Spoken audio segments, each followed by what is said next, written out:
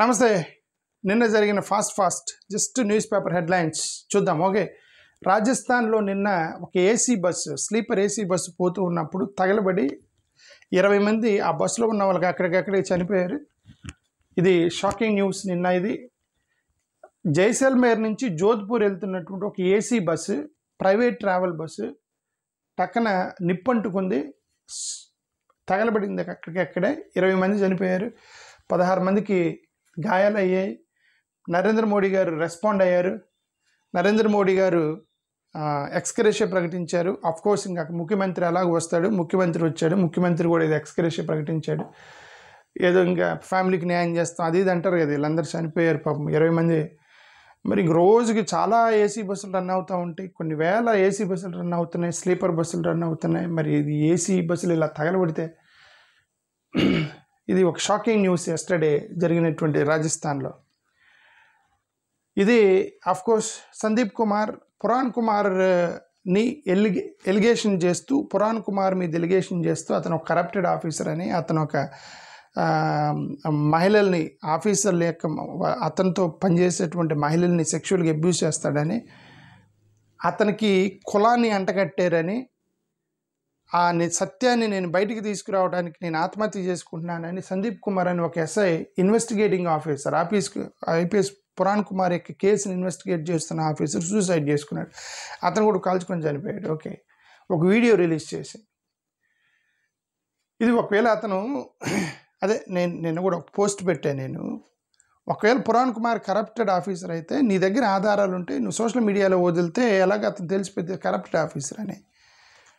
Okay, moreover you have an option, media మీద press meet పెట్టి చెప్పవచ్చు ఇది అతను కరప్టెడ్ ఆఫీసరు, ఇది దీనివల్ల అతను సూసైడ్ చేసుకున్నాడు, కులం వల్ల కాదని. బట్ అతను సూసైడ్ చేసుకుంటే ఇతను ఎక్కడో ఏదో తేడా ఉంది. ఒక వ్యక్తి కరప్టెడ్ అని ప్రూవ్ చేయడానికి నువ్వు ఆత్మహత్య చేసుకోవాల్సిన అవసరం లేదు. అంటే ఎక్కడో తేడా ఉంది, ఇది సిబిఐకి ఇవ్వాలని నేను పోస్ట్ చేశాను. మేబీ సిబిఐకి ఇవ్వాలని నేను కూడా కోరుకుంటున్నాను దీన్ని. బట్ సంథింగ్ మనం అనుకున్న దానికంటే ఏదో పెద్దది ఏదో ఉంది దీని వెనక. అది అఫ్కోర్స్ సిట్ వేశారు, 30 మందితో సిట్టి వేశారు కరైన గవర్నమెంట్. మరి సిట్ ఏం తేల్చిద్దని చూడాలి, ఎందుకు ఇద్దరు ఆత్మహత్యలు చేసుకున్నారనేది. నిన్న రాహుల్ గాంధీ వెళ్ళాడు, అక్కడ ఫ్యామిలీతో కలిశాడు. ఇది డిఫరెంట్ న్యూస్ పేపర్లు, డిఫరెంట్ స్టేట్మెంట్లు చూస్తే ఆయన చెప్పిన వర్షన్ మొత్తం మీకు అర్థమైపోయింది. ఓకే, ఈ యొక్క హెడ్లైన్స్లోనే ఆయన చెప్పిన వర్షన్ మొత్తం వచ్చేసింది. రాహుల్ గాంధీ చెప్పింది, అతను ఏమన్నాడు, ఎండ్ దిస్ డ్రామా, మీరు ఇమ్మీడియట్గా ఈ నాటకాలు ఆపండి, మీరు అతన్ని అరెస్ట్ చేయండి, ఎవరెవరైతే ఈ యొక్క ఎలిగేషన్స్ ఫేస్ చేస్తున్న పోలీస్ ఆఫీసర్ని మీరు అరెస్ట్ చేయండి ఇమ్మీడియట్గా అనేది రాహుల్ గాంధీ చెప్పింది. No matter how capable you are అని ఒక న్యూస్ పేపర్ పెట్టిన హెడ్డింగ్. అంటే దళితులు నువ్వు ఎంత సక్సెస్ఫుల్ అయినా, ఎంత క్యాపబుల్ అయినా, నువ్వు ఎంత ఇంటెలిజెంట్ అయినా, నువ్వు ఎన్ని డిగ్రీలు సంపాదించినా, నువ్వు ఎంత మగాడువైనా సరే, నువ్వు దళితుడు అయితే నీకు వివక్ష తప్పదు, వాడిని తొక్కేస్తున్నారు, వాడి మీద ఇబ్బంది పెడుతున్నారు అనేది అతను చేసినటువంటి ఒక స్టేట్మెంట్ నిన్న. ఇది crores of Dalits are watching, కోట్ల మంది దళితులు చూస్తూ ఉన్నారు ఏం జరుగుతుంది అనేది. మనం ఎలాంటి సందేశం ఇస్తున్నాం వాళ్ళకి, అదే నువ్వు ఎంత సక్సెస్ అయినా సరే ఈ వివక్ష తప్పదు అనేటువంటి సందేశం ప్రజల్లోకి వెళ్తుంది. కాబట్టి ప్రధానమంత్రికి చెప్తున్నాను, ముఖ్యమంత్రికి చెప్తున్నాను, ఇమ్మీడియట్గా అరెస్ట్ చేయండి అనేది నేను అతను చెప్పింది. Crores of our Dalit brothers and sisters are watching, అది మనం చూసాం. Okay, matter of every Dalit respect, take action. ఇది ఒక కుటుంబానికి సంబంధించిన దళితుల గౌరవ విషయం కాదు, ఇది దళితుల మొత్తానికి సంబంధించిన గౌరవ విషయం. మీరు స్ట్రిక్ట్ యాక్షన్ చేసుకుని అరెస్ట్ చేయండి అనేది ఇతను ఇచ్చినటువంటి ఒక స్టేట్మెంట్ నిన్న. రాంగ్ మెసేజ్ టు దళిత్స్, మీరు దళితులకి రాంగ్ మెసేజ్ ఇస్తున్నారు అనేది రాహుల్ గాంధీ చేసిన ఇంకొక statement. If you are a Dalit you can be crushed, government must support SC/ST community. So ఇవన్నీ కూడా నేను రాహుల్ గాంధీ చేసినటువంటి స్టేట్మెంట్స్ పురాణ్ కుమార్ని కలిసినప్పుడు. ఓకే, ఇది 31 రోజులు కనుక జైల్లో ఉంటే పదవులు కోల్పోతారనేటువంటి బిల్ ఏదైతే గతంలో ఈయన పెట్టారో, అమిత్ షా గారు ఇంట్రడ్యూస్ చేశారో, దాన్ని జాయింట్ పార్లమెంటరీ కమిటీకి పంపించారు.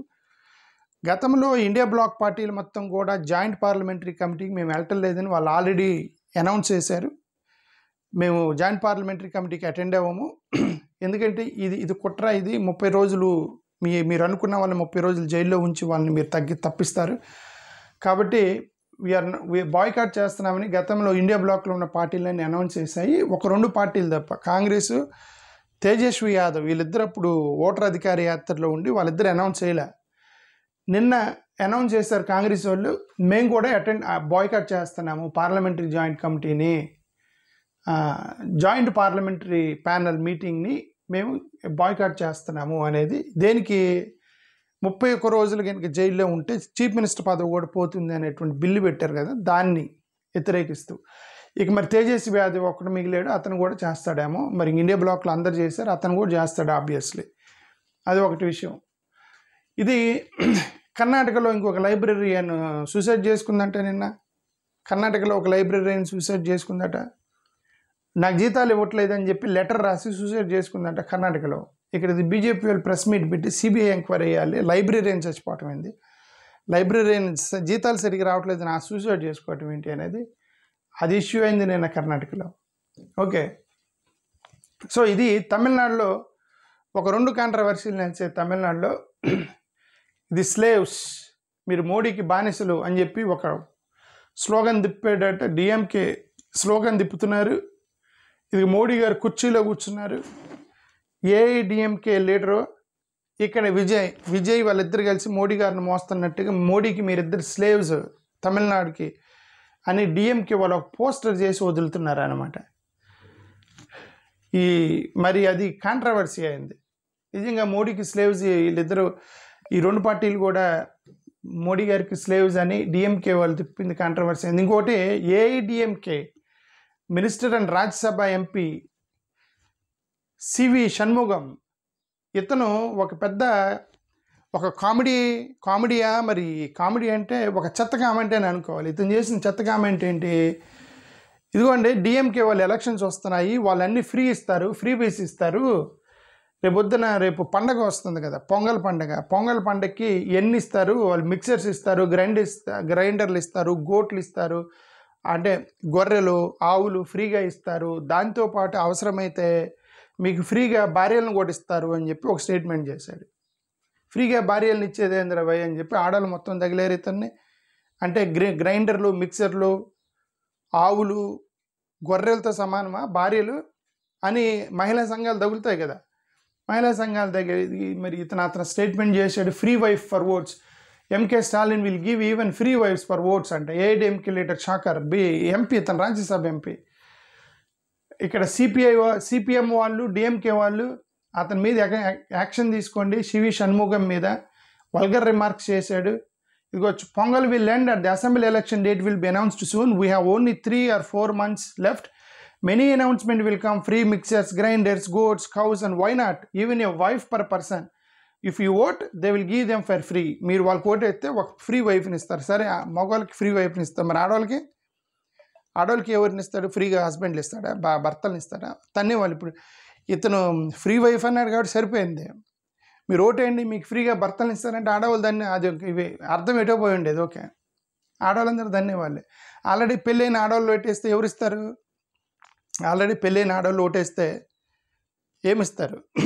రెండో భర్తను ఇస్తారా? ఏం స్టేట్మెంట్ చేశాడు ఇతను? ఓకే, సరే, పెళ్ళైన మగవాళ్ళకి రెండో భార్యని ఇస్తారా? ఏఐడిఎంకి ఇదిగో ఎవరో వాళ్ళ మహిళా సంఘాలకు సంబంధించి minister, women minister, the deep seated malice and cruelty towards women. మీరు మహిళల మీద అంత cruelty. Shanmugam has demeaned women by calling them freebies like pondatis, wives. The party's twisted hatred stands fully exposed. వాళ్ళ పార్టీ అధ్యక్షురాలే ఒక మహిళ, ఎవరు గతంలో జయలలిత గారు. మరి ఆ పార్టీలో ఉన్న ఎంపీ ఆ స్టేట్మెంట్ చేసి, ఇది కరూరు ట్రాజడీకి సంబంధించి ఏదైతే ఉందో, ఈ కరూరు ట్రాజడీకి సంబంధించి కోర్టు సిబిఐకి ఇమ్మని చెప్పి విజయ్కి అనుకూలంగా తీర్పిచ్చింది. దాన్ని సవాల్ చేస్తూ వీళ్ళు కౌంటర్ ఫైల్ వేశారట డిఎంకే వాళ్ళు. సిబిఐ ప్రోబ్ అవసరం లేదు, మేము సిట్తో ఇన్వెస్టిగేట్ చేస్తామని. దానికి సంబంధించింది.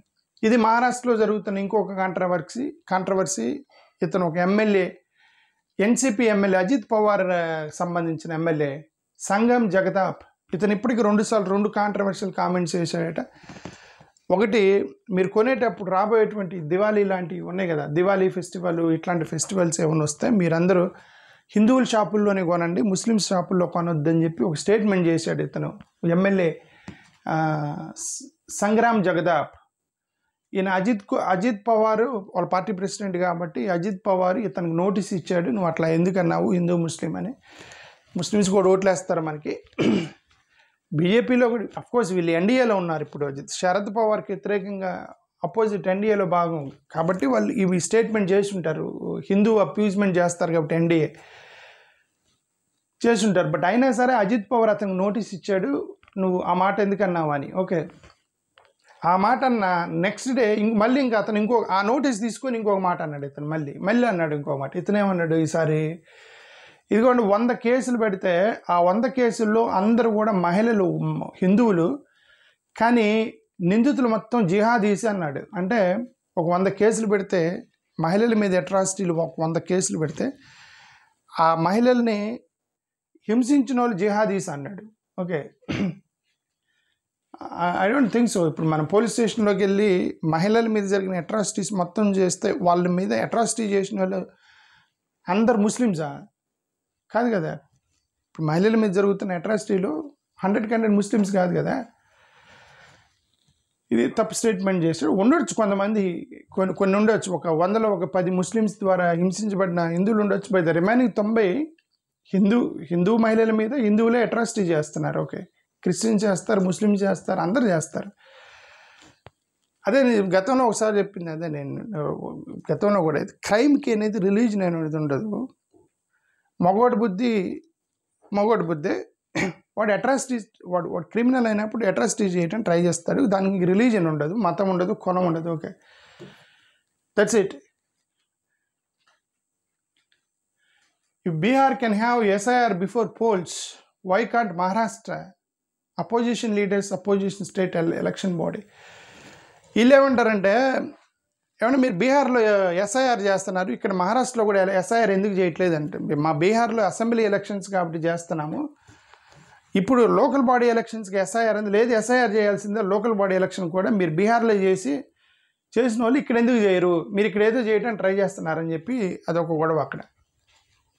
ఇది దుర్గాపూర్కి సంబంధించిన గ్యాంగ్ రేప్కి సంబంధించి బీజేపీ వాళ్ళు 5గురిని అరెస్ట్ చేశారు. ఈ 5గురు కూడా టీఎంసీకి సంబంధించిన పార్టీతో లింక్ ఉందని బీజేపీ వాళ్ళు ఒక ఎలిగేషన్ చేశారు నిన్న టీఎంసీని. ఎంతమంది అంటే 5గురు, రిమెంబర్. బట్ వీళ్ళు సోషల్ మీడియాలో 4 పేర్లు తిప్పుతున్నారు. అమిత్ మాలియా ఇట్లాంటి వాళ్ళు పోస్ట్ చేశారు ఏమని, ఇదిగో ఒక 4 ముస్లిం పేర్లు పోస్ట్ చేసి ఇది వీళ్ళ వల్ల గ్యాంగ్ రేప్ జరిగిందని చెప్పి ముస్లిం కలర్ ఇవ్వడానికి ట్రై చేశారు. బట్ ఇక్కడ చూసారా 5గురిని అరెస్ట్ చేశారు. మిగతా 5వ వ్యక్తి ముస్లిం కాదు, అతను హిందూ పిల్లోడు. అందుకని ఈ బీజేపీ వాళ్ళు తెలివిగా అతని పేరు వదిలేసి మిగతా 4 పేర్లు తిప్పారు. దీని మీనింగ్ ఇది. Okay, Durgapur gang rape, BJP leaders leave out non Muslim name from list of accused, give communal spin to crime. 5గురిని అరెస్ట్ చేస్తే పోలీసులు, వాళ్ళలో 4 ముస్లిమ్స్, ఒక హిందూ పిల్లోడు ఉన్నాడు. ఓకే, ఆ హిందూ పిల్లోడిని వదిలేసి వీళ్ళు 4 పేర్లు తిప్పుతున్నారు. ఎవరెవరిది?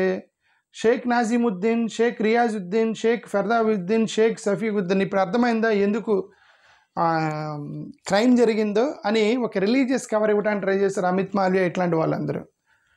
ఈ 5th పర్సన్ ఉన్నాడు, వాడి పేరు అపు బౌరి అని ఒక పిల్లోడిని అరెస్ట్ చేశారు. వాడు కూడా ఉన్నాడు ఈ 4గురితో పాటు. ఓకే, అతను హిందూ. ఓకే, అదే చెప్పింది, క్రైమ్లకి ఇవేం ఉండవు, హిందూ ముస్లిం ఉండదు, క్రిమినల్ అంతే. ఇదేంటంటే ఆ మెయిన్ అక్యూజ్డ్ ఎవరు, దుర్గాపూర్ రేప్ కేసు చేసినటువంటి ఆ మెయిన్ అక్యూజ్డ్ ఎవడైతే ఉన్నాడో పిల్లోడు, వాళ్ళ అక్కే పట్టించిందంటే వాడిని. అదే వాళ్ళ అక్కని బాగా అప్రిషియేట్ చేస్తున్నారు సోషల్ మీడియాలో. వాడు దాక్కున్నాడట, వాడు దాక్కెళ్ళి భయంతో గడగడ వణుకుతున్నాడట ఎక్కడో కూర్చొని. వాళ్ళ అక్కే పోలీసులు నేను పట్టిస్తాను నా తమ్ముడిని అని చెప్పేసి, వాడు తప్పు చేశాడు, ఇట్లా రేప్ చేయకూడదు అమ్మాయిని అని చెప్పి వాళ్ళ అక్క ఆ పోలీసులతో పాటు వెళ్ళి పోలీసుల కంటే ముందు పరిగెత్తి వాడిని గట్టిగా పట్టుకొని పోలీసులకు పట్టించిందట. ఇది న్యూస్ ఇది. ఓకే, అందరు అప్రిషియేట్ చేస్తున్నారు, పోలీసులు అప్రిషియేట్ చేశారు వాళ్ళ అక్కని. వాళ్ళ అక్క పేరు రజీనా షేక్, ఆ అమ్మాయి పేరు రజీనా షేక్. సొంత తమ్ముడిని గట్టిగా పట్టుకొని పారిపోతుంటే పట్టుకొని పోలీసులకు పట్టించింది అనేది ఇక్కడ ఇష్యూ. ఓకే, ఇది Bengal rape case, cops rule of gang rape. ఇదేంటంటే ఇది పోలీసులు నేను ప్రెస్ మీట్ పెట్టి చెప్పారు, ఇది గ్యాంగ్ రేప్ జరగలేదు. అసలు యాక్చువల్గా అమ్మాయి డిఫరెంట్ స్టేట్మెంట్లు ఇచ్చింది. డాక్టర్కి ఏమో అమ్మాయిని హాస్పిటల్లో చేర్పించినప్పుడు డాక్టర్కి చెప్పింది నన్ను ఒక్కడే రేప్ చేశాడు అని చెప్పింది డాక్టర్కి. ఎందుకంటే డాక్టర్ ఎగ్జామిన్ చేసింది కాబట్టి ఆ అమ్మాయి డాక్టర్కి నిజం చెప్పింది. కానీ పోలీసులకి క్రిమినల్ని పట్టించాలని నన్ను గ్యాంగ్ రేప్ చేశారని పోలీసులకు చెప్పింది ఆ అమ్మాయి. సో ఇదంతా ఇన్వెస్టిగేట్ చేశారు. 5గురిని అరెస్ట్ చేశారు. ఈ 5గురిని అరెస్ట్ చేసి ఇన్వెస్టిగేట్ చేసి ఆ అమ్మాయితో డాక్టర్స్తో అందరితో మాట్లాడిన తర్వాత నిన్న పోలీసులు ప్రెస్ మీట్ పెట్టి చెప్పారు అది గ్యాంగ్ రేప్ జరగలేదు, అమ్మాయి మీద ఒక్కడే రేప్ చేశాడు, మిగతా వాళ్ళందరూ వాడికి హెల్ప్ చేశారు. ఒక 5గురు వచ్చి పట్టుకొని పోయారట అమ్మాయిని, లాక్కెళ్ళారు ఒక ఫారెస్ట్ దగ్గరికి. వాళ్ళల్లో రేప్ చేసింది ఒకటే, మిగతా 4 ఇక వాడు మరి చూస్తూ ఉన్నారా లేకపోతే ఎవరు రాకుండా ఎవరైనా వస్తున్నారా అని చూస్తున్నారా లేదంటే కాళ్ళు చేతులు పట్టుకున్నారు వీళ్ళ అమ్మాయిది తెలీదు, రేప్ చేసింది ఒకటే అనేది ఇక్కడ పోలీసులు చెప్పింది. Okay, so it is not a gang rape, it is a rape.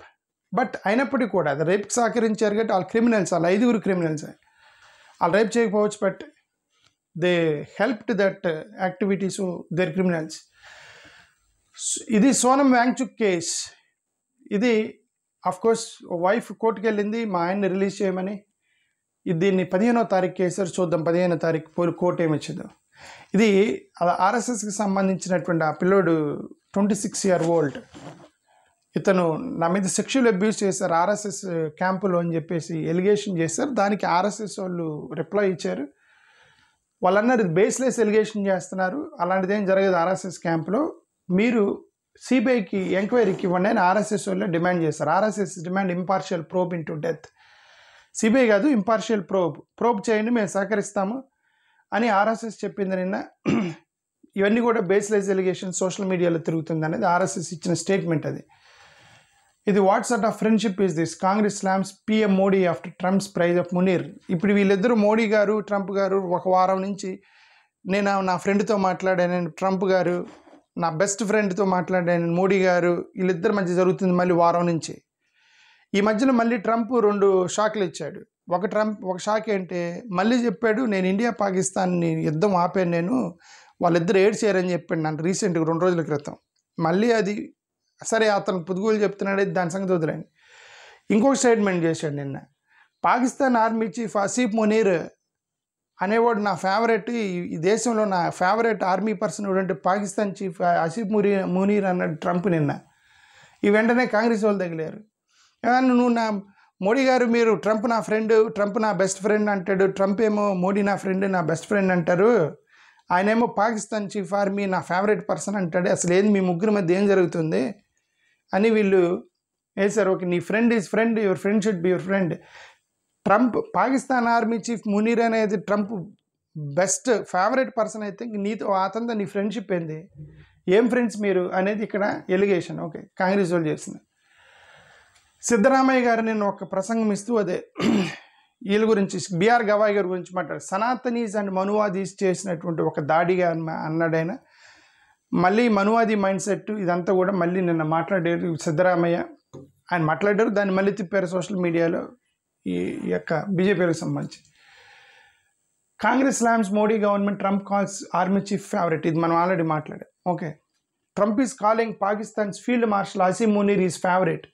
This is the same Asim Munir who orchestrated the killing of Indians. He plotted terrorist attack in India.